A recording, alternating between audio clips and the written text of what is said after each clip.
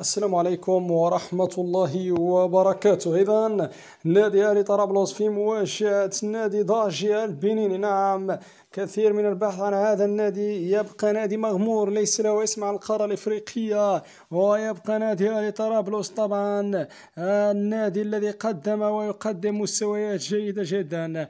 إذا هنا ملعب المقابلة سيجرى على ملعب كيغي يوم الجمعة على الساعة 2 زوالا بتوقيت غرينتش 5 بتوقيت مكة المكرمة.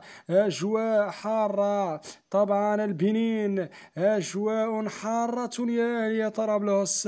إذا هذا هو أرضية الملعب التي تستضيف اللقاء، 40,000 مناصر، أرضية جيدة جدا. إذا هنا آخر اللقاءات لكلا الفريقين، أهلي طرابلس انتصارين تعادلين هزيمة، في حين نادي ضاجي آخر مقابلتين له انهزم، وبالتالي الأمور على الورق. نعم، دوري الأبطال يا شباب، هيا بنا يا أهلي طرابلس.